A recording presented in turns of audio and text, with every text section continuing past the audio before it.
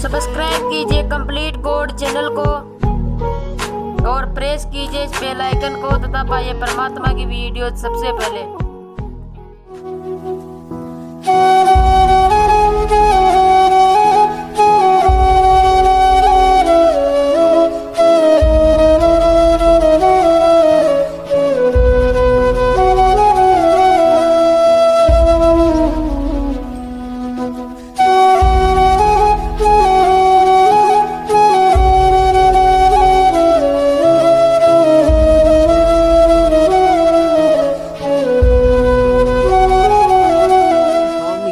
काला पानी आए हुए हैं। यहाँ सभी को यातनाएं सजा भोगने को मिली हुई है। इन अन्य प्राणियों को आप देख रहे हो कैसी दुर्गति को प्राप्त है, और उससे उत्तम शरीर मनुष्य है, और इसमें भी कोई प्राणी सुखी नहीं है। चाहे यहाँ का प्रधानमंत्री है, चाहे राष्ट्रपति है, चाहे पूरी पृथ्वी का शासक है, चाहे कोई इंद्र बना है, स्वर्ग का राजा है, चाहे ब्रह्मा विष्णु महेश है, ये सभी दुखी हैं। लेकिन हमने उस सुख का ज्ञान नहीं, इसलिए हम इस झूठे सुख को ही सुख मानते हैं। किसको?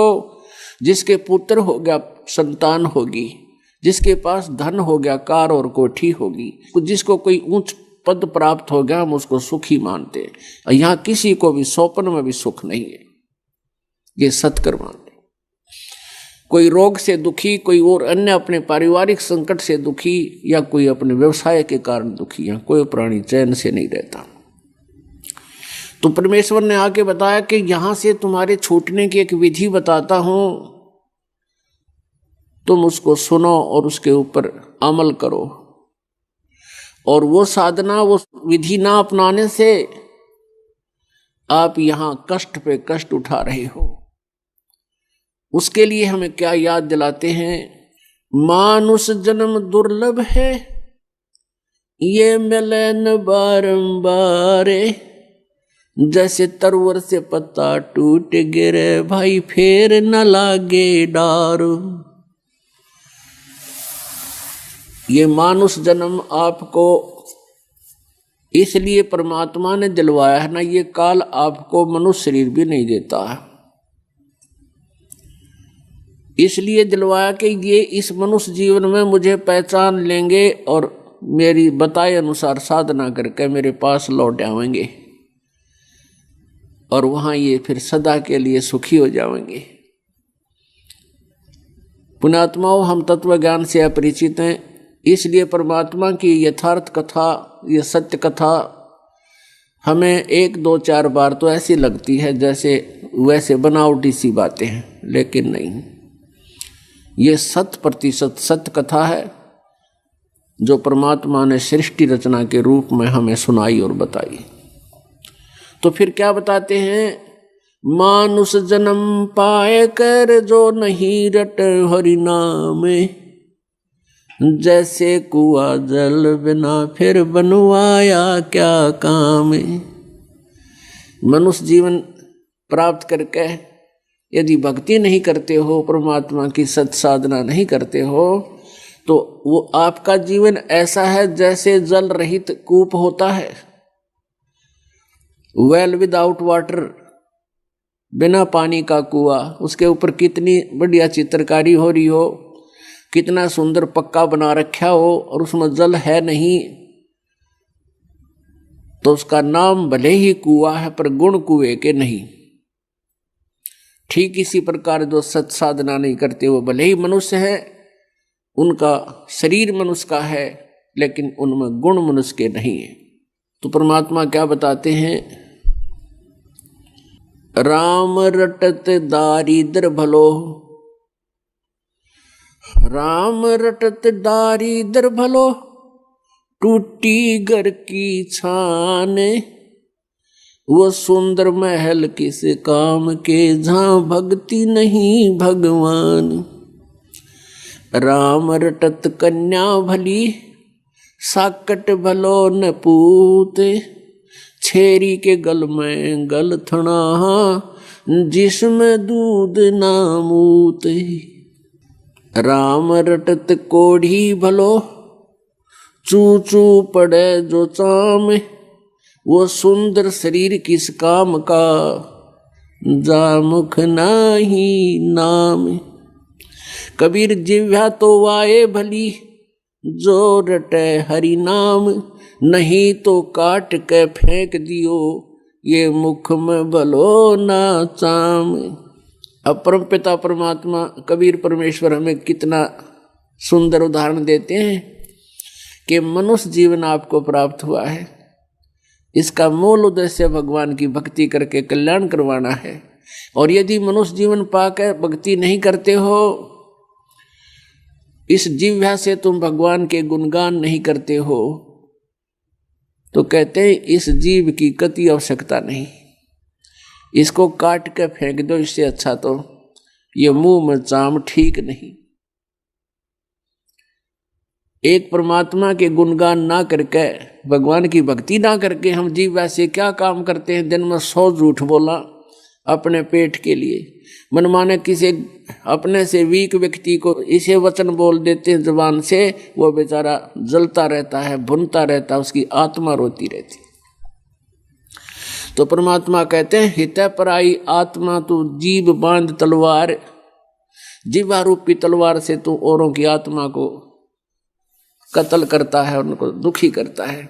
तो इस जिह्वा का मूल उद्देश्य परमात्मा की भक्ति करना है। पुण्यात्माओं, मनुष्य जीवन दुर्लभ है, ये बहुत ही पुण्य कर्मों से प्राप्त होता है। और ये मनुष्य जीवन 2 प्रकार से प्राप्त होता है। एक तो टर्न वाइज मिलता है, नंबर वाइज। जैसे परमात्मा कबीर देव ने, उस अमर पुरुष ने एक विधान बना कर दे रखा है इस काल को, यहाँ के भगवान को, ब्रह्म को, कि इस प्राणी को तूने एक मानव शरीर अवश्य देना है। एक तो टर्न वाइज नंबर मिलता है, जैसे 84 लाख योनियों में धक्के खा के भटक के जो भक्तिहीन प्राणी हैं, उनको 84 लाख योनियों के कष्ट उठाकर कर्मानुसार, उसके बाद फिर नंबर वाइज एक मनुष्य जीवन प्राप्त होता है। और दूसरे वो पुण्यात्मा हैं जो पहले सत साधना करते थे,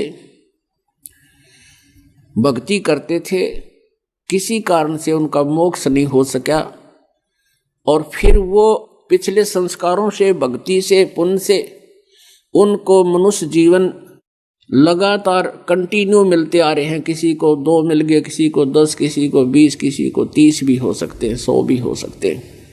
लेकिन सत भक्ति आगे नहीं मिली तो फिर वो भी 84 लाख योनियों में ऐसे ही भटकेंगे। जो पुण्यात्मा मनुष्य शरीर प्राप्त है वो सभी पुण्यात्मा हैं, क्योंकि बहुत अच्छे पुण्यों से ही मानव शरीर प्राप्त होता है। अब जैसे किसी व्यक्ति के पुण्य और पाप अलग अलग डिपॉजिट होते हैं, तो पुण्यों के आधार से वो स्वर्ग जाता है, स्वर्ग में अपने पुण्यों को क्षीण करके फिर पाप भोगने के लिए नरक जाता है। तो उन पुण्यों में से कुछ पुण्य रख लिए जाते हैं, जो उस प्राणी को फिर टर्न वाइज जब नंबर उसको मिलेगा मनुष्य जीवन का, उसमें उसके पुण्यों को दे करके उसको मनुष्य जीवन का एक प्रारब्ध बना दिया जाता है।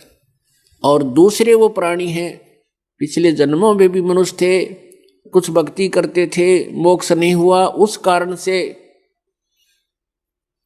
कई जन्म भी लगातार उसको मनुष्य के प्राप्त हो जाते हैं।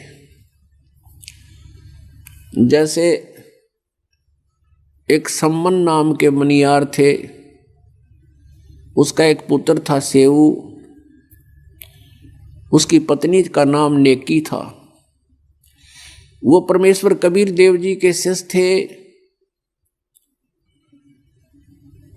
और उन्होंने परमात्मा की सत भक्ति की।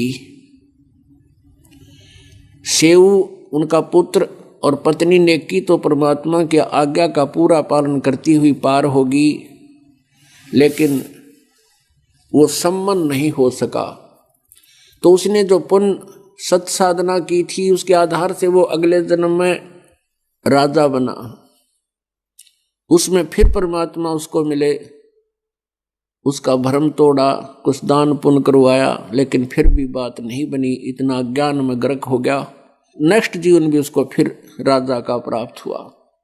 भक्ति की भूल फिर भी नहीं पड़ी, क्योंकि पहले भक्ति कर चुका था। तो फिर परमात्मा उसको मिले और फिर उसको उस भक्ति की राह पर लगाया। तो पुण्यात्माओं, जो सत भक्ति आपने कभी परमेश्वर के साथ की, जैसे 600 वर्ष पहले परमेश्वर आए थे कबीर देव जी, उस समय 64 लाख शिष्य हिंदू और मुसलमान सब मिलाकर के 64 लाख शिष्य परमेश्वर के हुए थे। उन 64 लाख शिष्यों को आज से 600 वर्ष पहले 64 लाख शिष्य एक जुलाहे के होना कोई बालकों का खेल नहीं है। और उस समय परमात्मा ज्ञान यही बताया करते थे जो दास आपको बता रहा, लेकिन वो ज्ञान आपके हृदय में नहीं उतरा। उसका कारण ये रहा कि हम अशिक्षित थे, और जो ब्राह्मण लोग शिक्षा के अधिकारी थे वो संस्कृत भाषा तो जानते थे पर सदग्रंथों से अपरिचित थे। उन्होंने परमात्मा के इस ज्ञान को नकार दिया कि ये झूठ बोलता है। सदग्रंथों में ऐसा कहीं नहीं लिखा कि ब्रह्मा विष्णु महेश के माता पिता हैं, या इनकी जन्म मृत्यु होती है, या ये पूर्ण परमात्मा नहीं है, इनकी भक्ति नहीं करनी चाहिए, ऐसा कहीं नहीं लिखा। तो उस समय हमें स्वीकार इसलिए करना पड़ गया नकलियों की बातों को, क्योंकि वो कहा करते थे कबीर जी अशिक्षित हैं, इनको संस्कृत भाषा का ज्ञान नहीं, इसलिए सदग्रंथों को नहीं जानते। तो हमने यह बात मान ली, यह हमारी गलती थी, क्योंकि हमने अपने गुरुजी के विषय में भी ऐसी धारणा रखी। फिर भी वो दयालु हैं। तो उस समय परमात्मा ने हमें इतने सुख दिए, हमारे इतने दुख दूर कर दिए कि हम विवश होकर के उनकी भक्ति करते रहे। वो दयालु इतने हैं। और फिर हम पार तो नहीं हो सके, क्योंकि हमने परमात्मा को भगवान नहीं माना, और जिस कारण से हम आज तक भटक रहे हैं। आप वही पुण्यात्मा हो जो परमात्मा के यहाँ पहुँच रहे हो, जो पहले कभी परमेश्वर की शरण में रहे हो। और आपको इतने दयालु परमात्मा थे, आपको इतने भक्ति से युक्त करके इतना धनी बना गए कि इतने जन्म आपके लगातार मनुष्य के होते हुए आ रहे हैं। लेकिन जन्म तो हो रहे हैं पर बिरान माटी नौकीनो, लेकिन वो दयालु थे, पता था कि अब ये पार नहीं होंगे, और जब ये शिक्षा का दौर आएगा तब ये पार होंगे। अब वो समय आ गया पार होने का आपका।